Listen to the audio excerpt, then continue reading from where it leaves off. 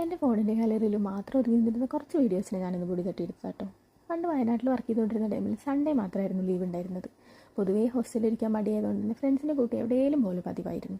അങ്ങനെ ഒരു സൺഡേ ഞാനും ദേവികയും അപർണയും കൂടെ ബത്തേരിയിലുള്ള ജൈൻ ടെമ്പിളിൽ പോയി കേട്ടോ. പ്രത്യേകിച്ച് പ്ലാനും കാര്യങ്ങളും ഒന്നും ഉണ്ടായിരുന്നില്ല. അപ്പോൾ ജൈൻ ടെമ്പിൾ എത്തിക്കഴിഞ്ഞപ്പോൾ എനിക്ക് മനസ്സിലായത് പണ്ട് കോളേജിൽ പഠിക്കുന്ന ടൈമിൽ ട്രൈബൽ വിസിറ്റ് വന്നപ്പോൾ ഞാൻ ഈ ടെമ്പിളിൽ വന്നിട്ടുണ്ടായിരുന്നു കേട്ടോ. അപ്പോൾ അതിൻ്റെ മെമ്മറീസൊക്കെ അവരുമായി ഷെയർ ചെയ്ത് ഇങ്ങനെ നടന്നുകൊണ്ടിരിക്കുമ്പോൾ ദേവിക പറഞ്ഞത് നമുക്ക് കർണാടകയിലെ ഗോപാൽസ്വാമിപേട്ട ടെമ്പിളിൽ പോയാലോ എന്ന്. പിന്നെ വേറെ ഒന്നും നോക്കിയില്ല, നേരെ ഗുണ്ടൽപേട്ട് ബസ് കയറി. മുത്തങ്ങ ഫോറസ്റ്റിലെത്തിയപ്പോൾ നിൽക്കുന്ന കൊമ്പന്മാർ. ഡ്രൈവർ നല്ലതായതുകൊണ്ട് തന്നെ ബസ് വെള്ളയാക്കി തരും ചെയ്തു കേട്ടോ.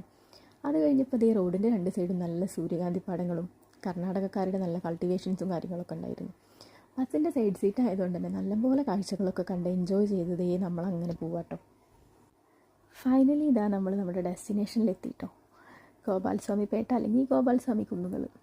സമുദ്രനിരപ്പിൽ നിന്ന് 1450 മീറ്റർ ഉയരത്തിൽ സ്ഥിതി ചെയ്യുന്ന ഈ ടെമ്പിൾ AD 1315 ചോളരാജാക്കന്മാരുണ്ടാക്കിയതാണ് കേട്ടോ പറയപ്പെടുന്നത്.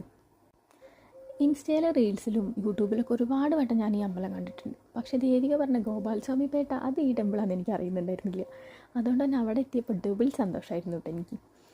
അവിടെ പോയപ്പോൾ എന്താ പറയുക, പ്രത്യേക ഒരു ഫീലായിരുന്നു. നല്ല തണുപ്പും കാറ്റും കോടമഞ്ഞൊക്കെ ആയിട്ട് നല്ല രസമായിരുന്നു. അപ്പോൾ ഞങ്ങളിത് അമ്പലത്തിൻ്റെ ചുറ്റും ഇങ്ങനെ മതിൽ കെട്ടിയിട്ടുണ്ട്. ജസ്റ്റ് ചെറിയൊരു ഹൈറ്റിൽ നമുക്ക് കയറി നിന്നിട്ട് നമുക്ക് കാഴ്ചകളൊക്കെ കാണാൻ പറ്റും. അപ്പോൾ നമ്മൾ 3 പേരും അതിൽ കയറി നിന്ന് കാഴ്ചകളൊക്കെ കണ്ട് വർത്താനൊക്കെ പറഞ്ഞ് പ്രകൃതിയെ ഇങ്ങനെ ആസ്വദിച്ചുകൊണ്ടിരിക്കുക കേട്ടോ. ശരിക്കും പറഞ്ഞു കഴിഞ്ഞാൽ മഞ്ഞിനെ നമുക്ക് കയ്യിൽ പിടിക്കാമെന്ന് പറയില്ലേ, അങ്ങനത്തെ ഒരു ഫീലായിരുന്നു കേട്ടോ അത്.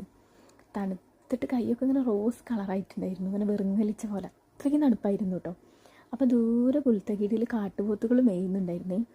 അപ്പോൾ ഞാൻ വീഡിയോയിൽ ഇതിനെ സൂം ചെയ്ത് എടുത്തിട്ടുണ്ട്, പക്ഷെ അത് എത്രത്തോളം ക്ലിയറാണെന്ന് എനിക്ക് അറിഞ്ഞൂടാ. മഞ്ഞ് പോകുന്നത് കണ്ടില്ലേ, ഞാൻ ആദ്യമായിട്ടാട്ടോ ഇങ്ങനെയൊക്കെ കാണുന്നത്. അപ്പോൾ എനിക്ക് ഭയങ്കര എക്സൈറ്റ്മെൻ്റ് ആയിരുന്നു ഇത് കണ്ടപ്പോൾ. എന്താ പറയുക, ഇത്ര കാലം പോകാത്തത് ഭയങ്കര നഷ്ടമായി പോയി എന്ന് തോന്നി. അപ്പോൾ നമ്മൾ ഈ കാഴ്ചകളൊക്കെ എടുത്ത് നമ്മളവിടെ നിന്ന് കുറേ നേരമൊക്കെ സംസാരിച്ച് മാക്സിമം എടുക്കാൻ പറ്റുന്ന അത്രയും വീഡിയോസും ഫോട്ടോസൊക്കെ എടുത്തു. ആ ടൈമിൽ പെട്ടെന്നൊരു ബഹളം കേട്ടത്. നോക്കുമ്പോൾ ഒരു പുതിയൊരു അതിഥി വന്നിരിക്കുന്നു. പുതിയതല്ല കേട്ടോ, പഴയ തന്നെയാണ്. ഈ ടെമ്പിളിൽ ഇടയ്ക്കിടയ്ക്ക് വരുന്നതാണ് ഈ കാട്ടാന. കാർത്തിക് നാട്ടോ ഇതിൻ്റെ പേര്. ആനയെ കണ്ടതും ആളുകൾ മൊത്തം ആ സൈഡിലേക്ക് ഓടിക്കൂടി.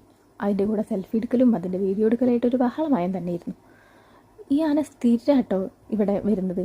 സെക്യൂരിറ്റി ഗാർഡ് ഓടിച്ചിടുമ്പോൾ മനസ്സോടെയാണ് അത് പോകുന്നത്. ഒരു 5 മിനിറ്റ് കഴിഞ്ഞ് ആൾ അപ്പുറത്തെ വഴി കൂടെ വീണ്ടും കയറി വരും. അപ്പോൾ ആ ബഹളമൊക്കെ കഴിഞ്ഞപ്പോൾ ഞങ്ങൾ അമ്പലത്തിൻ്റെ ഇപ്പുറത്തെ സൈഡ് കാണാൻ വേണ്ടി ഇറങ്ങി. ഒരു നല്ല ഭംഗിയുള്ളൊരു അമ്പലമായിരുന്നു.